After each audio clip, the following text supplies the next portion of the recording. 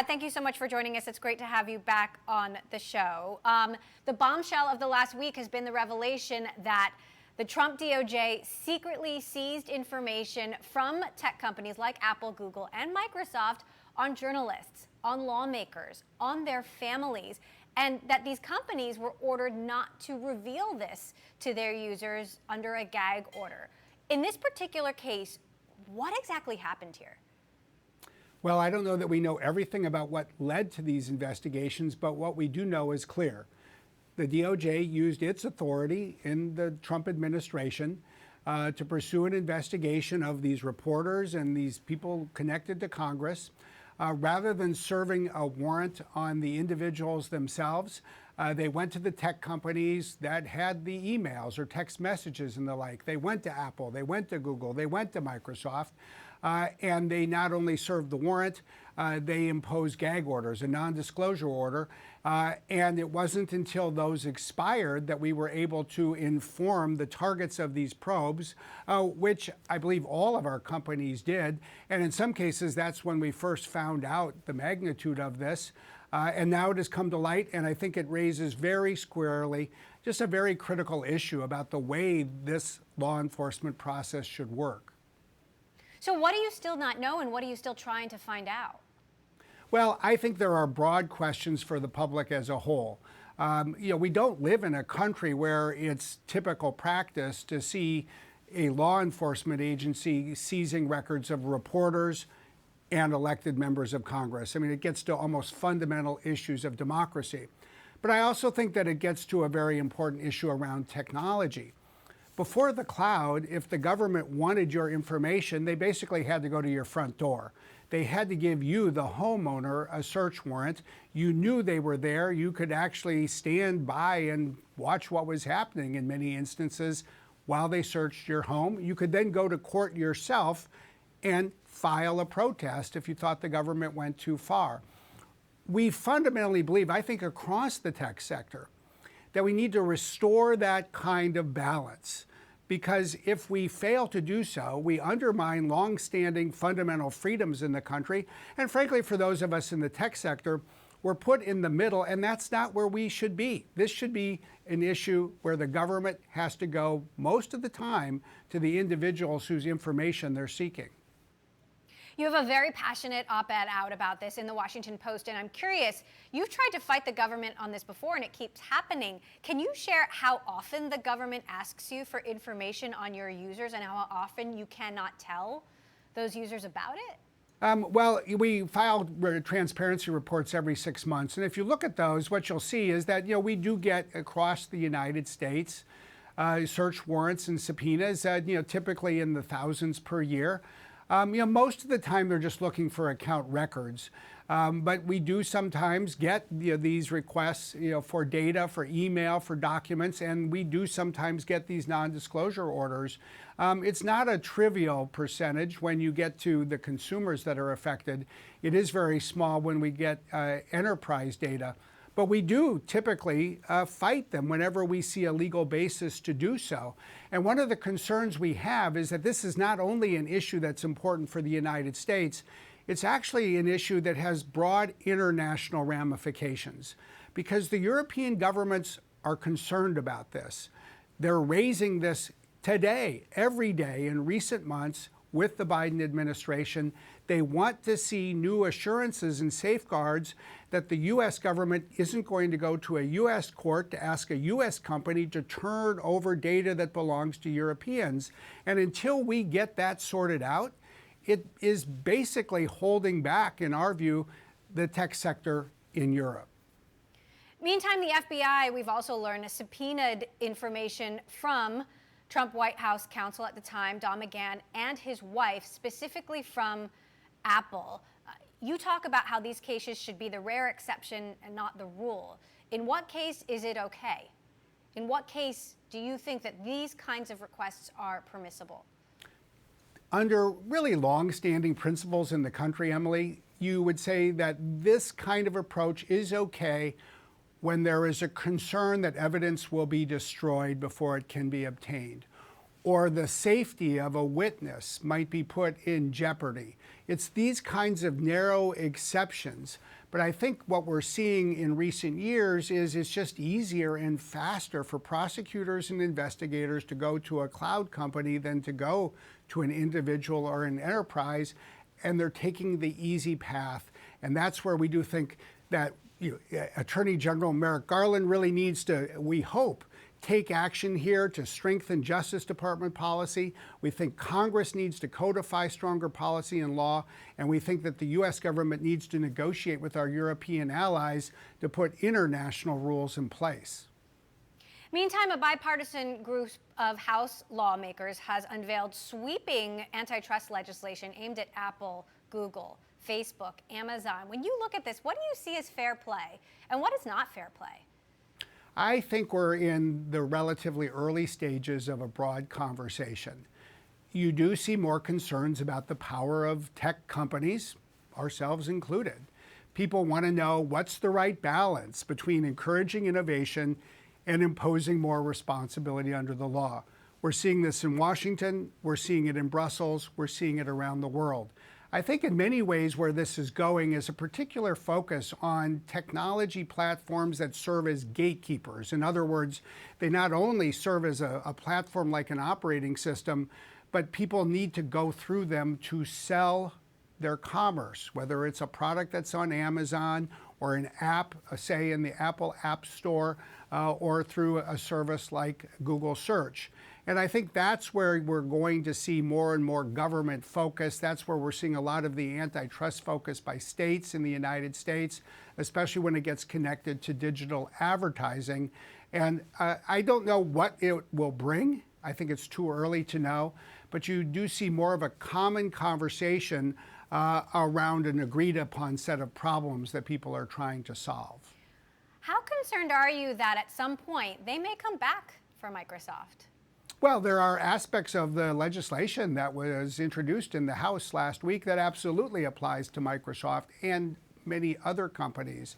I think for all of us, it's the time to step back, try to think broadly, look beyond ourselves, and ask, what's the right role of technology to serve the economy, our customers, the country, and the world? There will be days when there are restrictions, and I think we can get our minds around it, and there will be days when there are restrictions that we think go too far, that undermine innovation, that basically undermine our ability to serve customers. It's all about balance, and that usually takes a while to figure out. The ransomware attacks are only coming faster and more furiously, hitting Colonial Pipeline, the biggest meat producer in the United States. Are they only going to get faster and bigger? And how can we stop this? Well, I do think that when we enter an era as we're now in, where there's ransomware as a service with basically financial syndication to support it, we are in a different period of time, and we all need to expect that there will be more attacks like this. I think the thing to keep in mind is that these kinds of cyber criminal groups will basically focus typically on organizations, nonprofits, government agencies, healthcare providers, small businesses that are vulnerable. And the reason they're vulnerable most of the time is frankly because people haven't moved to the cloud, or they're not patching their servers, or they're not applying cybersecurity best practices. So for those of us in the tech sector, we have to continue to make it easier for people to apply the protections that we're creating. And for everybody else, we have to embrace the need to actually put our cybersecurity house in order, put it in order before an attack rather than waiting until afterwards.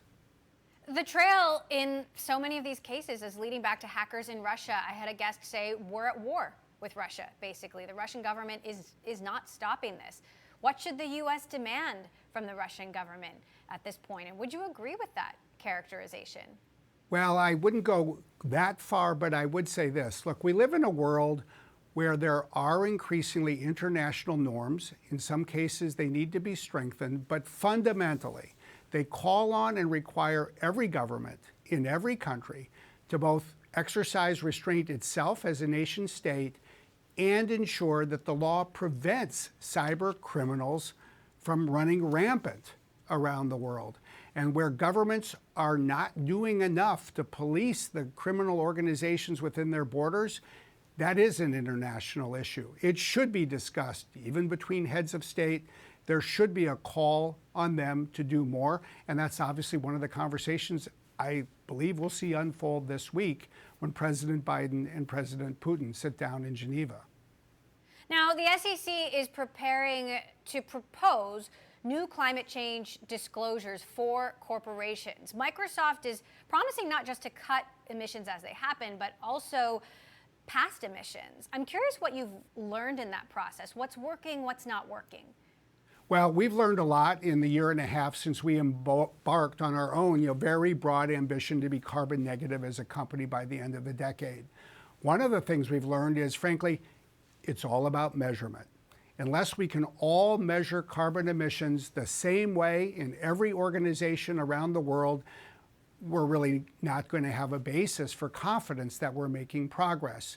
The second thing we've learned is shareholders care about this issue.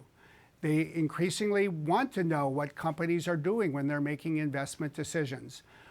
We filed comments with the SEC today. We strongly endorse the SEC embarking down a path with rulemaking. It's going to have to do it on an incremental, sort of step-by-step basis, because I think we all have to start by rallying really around the need to create a common basis for standardized measurement around the world. And as these measurement systems get better, I think it will connect very closely with the need for transparency and accountability. Starting in just 2 weeks, part of my pay will be based in the next fiscal year on whether Microsoft makes progress in reducing our carbon emissions. I think this is something that people are going to want to see out of executives around the world. They're going to see it out of companies, of governments, and nonprofits. The SEC is playing an important role in helping to spur what I really believe is one of the most, frankly, important movements of a generation.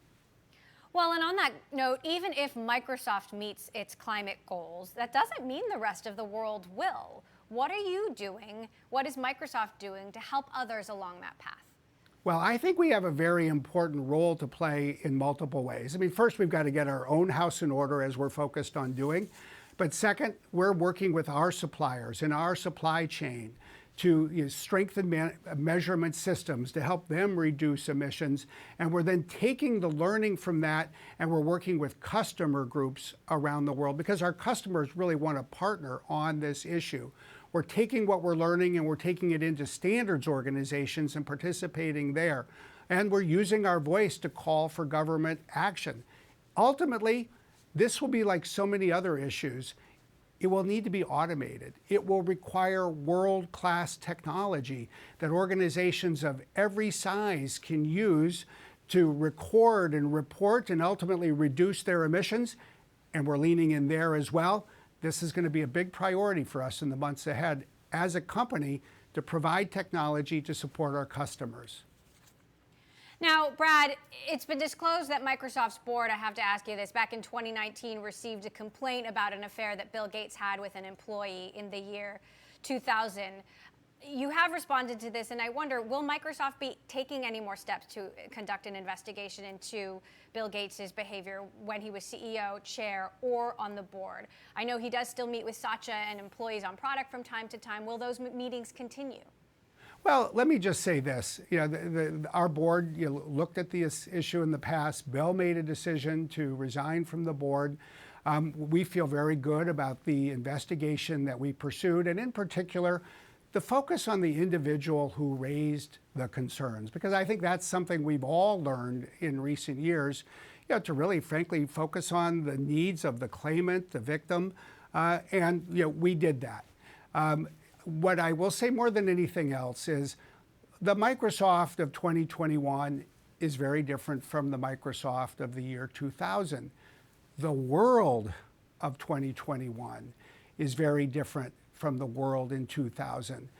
For a lot of good reasons, there's a lot that happened in the year 2000 that would not be considered acceptable today. But as we look to the future, I feel very good about the safeguards we have in place, the policies that we have in place, really the culture that under Satya we built to address this issue, and we'll stay focused on it. So on that note, then, will Gates still have an influence on the company? Even if he is an advisor of sorts in these product meetings, even as the company is changing, this is Satya's company, this is your company, this is the company of all the employees who work there today. Well, I think you'll see us continue to talk to Bill in an appropriate way on issues that matter. Look, we're talking about SEC comments today about climate change. I have to say, I've probably learned as much from Bill Gates on climate as anyone else I've had the chance to talk to. I think Bill is doing more to address climate change than almost any other person. Where there are opportunities for us to work together in an appropriate way, in a way that's sensitive to all of the issues that people have raised, we will continue to benefit from his advice. And I think you'll see Bill himself want to address these in a very responsible way. Okay. Speaking of responsibility, Microsoft has just released a major racial equity report with a multi-year plan about what you plan to do, goals you're setting. What are the most important things that you see in this plan to keep Microsoft on the leading edge of the culturally informed workplace? There's really two dimensions, I think, for all of us who are in the business community when it comes to racial equity. First, how do we do a better job as businesses in creating opportunities, for example, for the Black and African American community in this country, to not only enter our workforce and workplace, but rise and have the opportunities to succeed and be promoted. And that's why we're very committed to increasing our representation. But the second question, I think, for all of us is, what more can we do? What can we do with our suppliers? What can we do in the communities where we do business? And the part of the initiative that I'm responsible for at Microsoft is that latter part, communities. And we are focused on bringing skilling to Black Americans, to expanding broadband in urban communities to serve communities of color. We're focused on using data to drive reform of policing and prosecutorial practices. And we're really moving very quickly to provide better and cheaper, and in many cases donated technology support to nonprofits that are a fundamental part of the safety net socially for the Black and African American community. I think that what we've shown in our recent report is a reflection of what I personally believe we all need to do. We need to say, number one, the year 2020 was not just some moment. It was the start of a movement that will be sustained over time. Number two, if we want to succeed, we're going to really focus on impact. We're going to hold ourselves accountable, and we're going to be transparent by sharing what we're doing, where we're succeeding, where we're falling short, and perhaps most importantly, what we're learning, and share that learning with each other. And that's the path that we're continuing to walk down. Let's face it, this is the second year of the 5th century of systemic racism in America. It will take all of us to lean in and keep working hard to bring this period to an end.